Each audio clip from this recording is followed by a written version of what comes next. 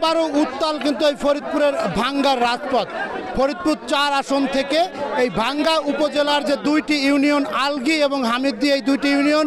কেটে নিয়ে কিন্তু ফরিদপুর 2 আসনে অন্তর্ভুক্ত করা হয়েছে। ঠিক এরই প্রতিবাদে কিন্তু এই ফরিদপুরের যে ভাঙ্গা উপজেলার যে বাসিন্দা তারা কিন্তু রাজপথে নেমে এসেছে এবং ঢাকা খুলনা এবং ঢাকা বরিশাল মহাসড়ক কিন্তু অবরোধ করেছে সকাল থেকেই। সকাল 7:30 থেকে এখন কিন্তু প্রায় 11:30 পর্যন্ত কিন্তু এই অবরোধ কর্মসূচি চলছে এবং এই অবরোধে কিন্তু এই স্থানীয় বাসিন্দা যারা রয়েছেন তারা কিন্তু স্বতঃস্ফূর্তভাবে অংশগ্রহণ করেছেন এবং তাদের একটাই দাবি যে ফরিদপুর 4 আসন থেকে যে ভাঙ্গা উপজেলার হামিদদি এবং আলগি ইউনিয়ন কেটে যে ফরিদপুর 2 আসনে অন্তর্ভুক্ত করা হয়েছে সেটা কিন্তু বাতিল করতে হবে এবং সেই বাতিলের দাবিতেই কিন্তু আজকের এই মহাসড়কে কিন্তু হাজারো হাজারো মানুষের কিন্তু আজকে অবস্থান। তারা কিন্তু এই ঢাকা খুলনা মহাসড়ক এবং ঢাকা বরিশাল মহাসড়ক অবরোধ করে রাজপথে নেমেছে। সকাল 7:30 থেকে কিন্তু এই অবরোধ কার্যক্রম তারা পরিচালনা করছেন এবং বিভিন্ন স্লোগানে কিন্তু মুখরিত এই রাজপথ এবং এখানে কিন্তু কাঠের গুঁড়ি সহ বিভিন্ন ধরনের যে টায়ার জ্বালিয়ে কিন্তু এই সড়কে তারা অবস্থান করছেন এবং তাদের একটাই দাবি যে এই ফরিদপুর 4 আসন থেকে এবং তাদের একটাই দাবি যে এই ফরিদপুর 4 আসন থেকে ভাঙ্গাকে ভাঙ্গা যাবে না। ভাঙ্গা থেকে যে 2টি ইউনিয়ন কেটে নেওয়া হয়েছে সেটা আবার পুনরায় ফেরত দিয়ে কিন্তু গেজেট প্রকাশ করতে হবে। আরেকটি বিষয় জানিয়ে রাখি যে গত শুক্রবার কিন্তু ঠিক একই দাবিতে সকাল 8টা থেকে কিন্তু এই ঢাকা খুলনা মহাসড়ক এবং ঢাকা বরিশাল মহাসড়ক কিন্তু অবরোধ করে এই স্থানীয় জনতা। পরবর্তীতে 12টার দিকে কিন্তু স্থানীয় প্রশাসনের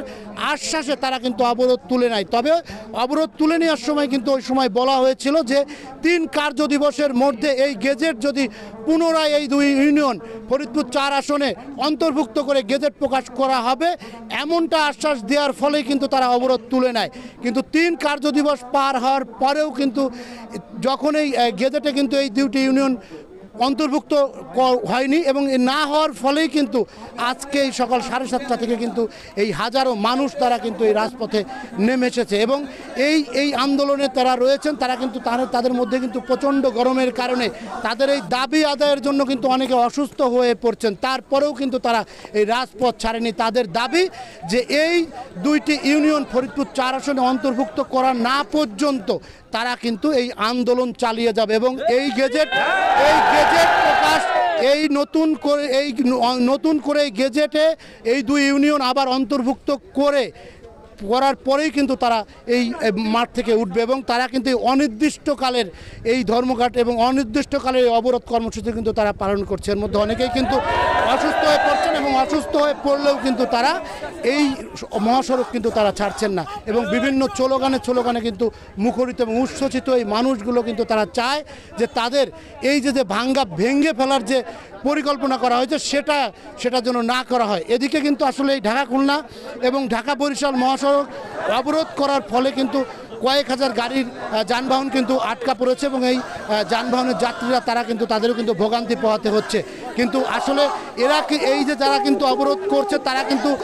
একটা মানবিক দিক কিন্তু তারা দেখছে যে অসুস্থ রোগী এবং বিশেষ জরুরি কাজে যারা যাচ্ছে তাদেরকে কিন্তু এখান থেকে যেতে দেওয়া হচ্ছে এবং অসুস্থ রোগী যারা অ্যাম্বুলেন্স এগুলাকে কিন্তু কোনো রকম কিন্তু তাদের বাধা দেওয়া হচ্ছে এবং শান্তিপূর্ণ এই যারা আছে এখন কিন্তু তাদের দাবি হচ্ছে আমরা শান্তিপূর্ণ আন্দোলন চালিয়ে যাচ্ছি এবং এই শান্তিপূর্ণ আন্দোলন শান্তিপূর্ণভাবেই কিন্তু তারা এখানে পালন করছে এবং এই সকাল 7:30 থেকে অনির্দিষ্টকালের এই যে মহাসড়ক 2টি অবরোধ করে তারা তাদের দাবি আদায়ে কিন্তু এই রাজপথে নেমেছে এবং দাবি আদায় না হওয়া পর্যন্ত তারা কিন্তু এই আন্দোলন চালিয়ে যাবে, এমনটাই কিন্তু বলছে এই হাজারো মানুষ। শিকদার সজল, সময় সংবাদ, ফরিদপুর।